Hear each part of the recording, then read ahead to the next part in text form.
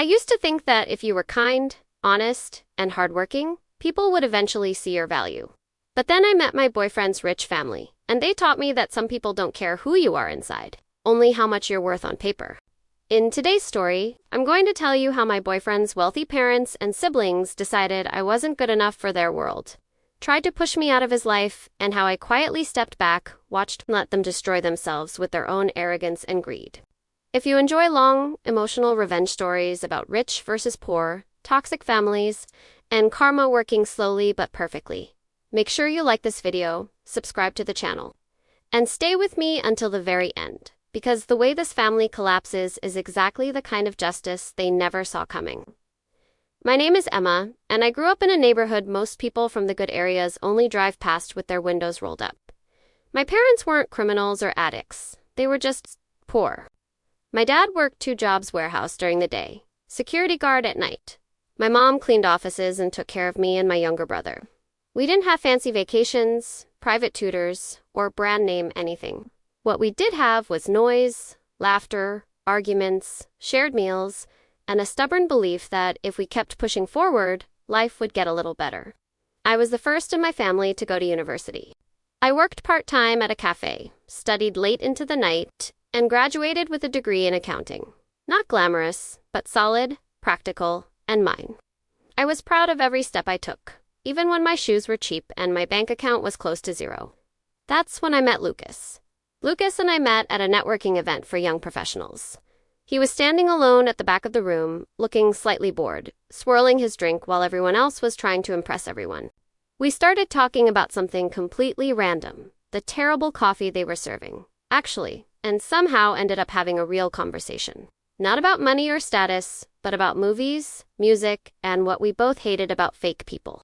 He was charming without trying too hard, funny without being cruel, and he listened when I spoke. There was no arrogance, no name-dropping, no "do you know who my father is?" attitude. For months, I didn't know he was rich. He drove an average car, wore clean but simple clothes, and never bragged about his family. When he said his parents were comfortable, I thought that meant they had a house, maybe a small business. To me, that was comfortable. Only later, I realized that, in his world, comfortable meant multimillionaires. The first time he invited me to dinner at his parents' house, I thought it would be like any other family dinner. Awkward at first, then relaxed. I could not have been more wrong. Their house was a 3-story modern mansion at the top of a hill, with glass walls, a pool, a private gym, and a view of the city that looked like a postcard. There was a gate with security cameras, a gardener trimming the lawn, and someone whose only job seemed to be opening the door for guests. As we walked in, my sneakers squeaked softly on their polished floor, and I instantly felt out of place. His mother, Helena, appeared first. She was tall, thin, perfectly styled, with that cold kind of beauty that comes from money and control. Her eyes flicked to my clothes, a simple dress. I had ironed 3 times to make sure it looked good, and I could see the calculation happening in her mind. "So," she said with a rehearsed smile, "you must be Emma." The tone was polite, but there was something sharp underneath it, like a knife hidden in velvet. His father, Roberto, came down the stairs, still talking loudly on the phone about some investment deal. He ended the call, gave me a handshake that felt like a formality, not a greeting, and then turned to Lucas. "Is this serious?" he asked, right in front of me. No attempt to lower his voice. No shame. Lucas laughed it off, tried to play it cool, changed the subject. I pretended not to hear, but those words stayed with me. At dinner, they started with the standard interrogation. "Where are you from? Where did you study? What do your parents do?" When I said my dad worked in logistics and my mom was a cleaner, there was a tiny pause. Not long enough to be obvious to most people, but long enough for me to feel it. Helena took a sip of wine and smiled. "How hard-working," she said. "It must have been quite the challenge for you to reach this level. Then this level." Like I had broken into a country club that wasn't meant for me. His older sister Marina was there too. She looked like she had stepped out of a luxury fashion campaign. Perfect hair, designer dress, subtle but expensive jewelry. She barely spoke to me, but when she did, it was always about things I obviously couldn't relate to. "Have you ever been to Europe? Which country club do your parents belong to? Where do you usually ski?" When I answered no 3 times, she gave me a polite little smile that said everything. "You don't belong here." I went home that night with a knot in my stomach. But I told myself I was overreacting. I liked Lucas. He liked me. His family would get used to me. I was wrong. A few weeks later, I arrived at their house earlier than planned. Lucas had asked me to meet him there because we were supposed to go out afterward. The maid, who knew me by then, led me in and told me Lucas was still upstairs with his parents. Finishing a conversation, she suggested I wait in the small sitting room near the staircase. As I sat there, I could hear voices from upstairs. I didn't mean to listen, but when I heard my own name, I froze. Helena's voice, Emma is fine, Lucas. But she's not good enough for this family. She doesn't come from our world. My heart started pounding. Roberto added, "You're young. You'll understand later. Marriage is not just about love. It's about alliances, reputation, future partners, investors. You need someone with a background that matches ours." Marina chimed in, her tone almost bored. "I mean, she seems nice, but can you imagine bringing her to the events we go to? She'd be lost. People will talk. They already are." Lucas tried to defend me. I could hear the frustration in his voice. "She's intelligent. She works hard. She supports me. That's what matters." Helena cut him off. "No, what matters is that she will hold you back. People will see her and wonder what's wrong with you. You can do better." Those words hit me harder than I ever expected. Not because I believed them, but because they said them so easily. Like my entire life, my struggle, my achievements were nothing. I left before Lucas could come downstairs. I sent him a message saying something had come up and we would talk later. At home, I sat on my bed and replayed their voices in my head over and over again. "She's not good enough. She doesn't come from our world. You can do better." For a day or two, I cried. Then the tears stopped. In their place, something colder grew. I had a choice. I could try to make them like me, change how I dressed, how I spoke, the places I went. I could push myself into their world, beg for their approval, play the role of the good girl from a poor background who's trying to fit in, or I could do something else. I asked myself a simple question. Do I really want to spend my life trying to prove my worth to people who measure human value in bank accounts and last names? The answer was no. But I still loved Lucas, and I needed to see what kind of man he truly was. So I decided not to fight them. Not directly, at least. Instead, I would step aside quietly and watch Vika. Because here's the thing about people who believe they're better than everyone else. They are usually very good at destroying themselves. Once I stopped trying to impress them, I started really seeing them. I noticed the way Helena drank a little too much at every family dinner, her smile getting tighter as the night went on. I saw how Roberto flirted with younger women at events, how his eyes lingered on them just a bit too long. I heard the way Marina spoke about her friends always as tools, never as people.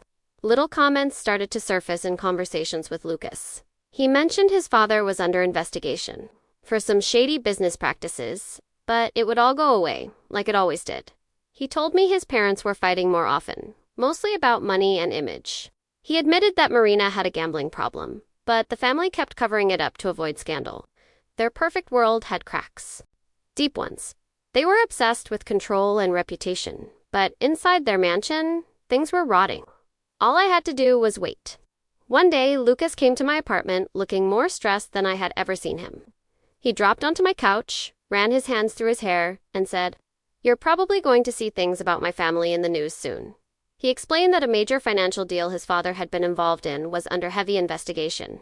There were rumors of fraud, bribery, and illegal transfers. If things went badly, it wouldn't just be a fine and a few angry shareholders. It could ruin their reputation completely. For most people, this would be a tragedy. For a family whose entire identity was built on being better than everyone else, it was a death sentence. Helena and Roberto were panicking. They were calling in favors, hiding assets, trying to control the narrative before it got out. They were too busy trying to protect themselves to notice that their world was already crumbling. While all this was happening, their treatment of me didn't improve. If anything, it got colder. We had one final dinner at their house, where Helena, with razor-sharp politeness, said to me, "With everything that's going on, Emma, we need stability more than ever. Lucas can't afford distractions right now. Distractions right now. Distractions?" That's what I was to her. I looked at her, then at Roberto, then at Marina. Three people whose lives were built on appearances, control, and the illusion of superiority. I realized something liberating in that moment. I didn't want to be part of their story. I wanted them to be a closed chapter in mine. A few days later, I asked Lucas to meet at a quiet cafe. I told him I had heard what his family had said about me. I told him I knew they considered me not good enough, and that he had not truly stood up to them, not in a way that mattered. He tried to defend himself. He said he loved me, that he was stuck between two worlds, that he didn't know how to confront them without losing everything. I believed that he loved me, in his own way. But love without courage is not enough. So I made my own decision. I won't compete with your family, I said. I won't spend the rest of my life trying to earn the basic respect I already deserve. If you ever decide to be your own man, you know where I live. But I won't wait around for you while they tear you apart.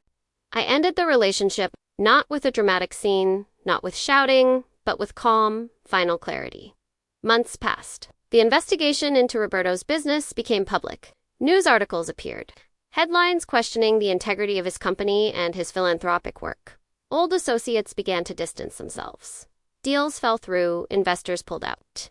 The family that once judged my worth based on my parents' jobs was now being judged publicly for fraud and corruption. Helena, who cared more about reputation than truth, suddenly found the doors of her social circle closing one by one. People stopped inviting her to events. Her name became associated with scandal, whispered in corners, not praised on stages. Marina's gambling problem, which they had always managed to cover, finally exploded when she couldn't pay a massive debt. There were rumors of ugly confrontations, threats, and even involvement with dangerous people who didn't care how rich her parents were. They were drowning in problems of their own making, and I was far away from all of it. I had thrown myself into my career, taken a new job at a smaller but honest firm, and slowly rebuilt my life. I spent more time with people who saw me as a person, not as a project to be evaluated. One evening, I got a message from Lucas.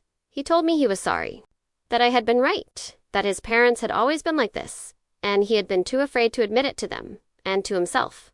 He said he missed me. He asked if we could talk. I thought about everything I had seen, everything I had heard, everything I had felt. And then I did something very simple. I didn't respond. Sometimes people think revenge is about going after someone, exposing them, destroying them with your own hands. But with this family, I didn't have to do any of that. They did the work for me. They underestimated me because I was poor. They laughed at where I came from. They decided I wasn't good enough for them. In the end, it wasn't me who wasn't good enough. It was them. My revenge was not a dramatic scene or a public confrontation. My revenge was walking away with my integrity intact, while their world collapsed, piece by piece, under the weight of their own arrogance. I didn't ruin their reputation. I didn't report their crimes. I didn't expose their secrets. I just stepped aside and let gravity do the rest. If you've ever been told you weren't good because of where you come from, how much you earn, or what your family does, tell me in the comments what you would have done in my place. Would you have fought to stay, tried to change them, or walked away like I did? Don't forget to like this video, subscribe to the channel, and share this story with someone who needs a reminder that their worth isn't defined by rich people's opinions. And if you want more long, emotional revenge stories about rich versus poor, toxic families, and quiet justice, stay tuned. Season 1 is just getting started.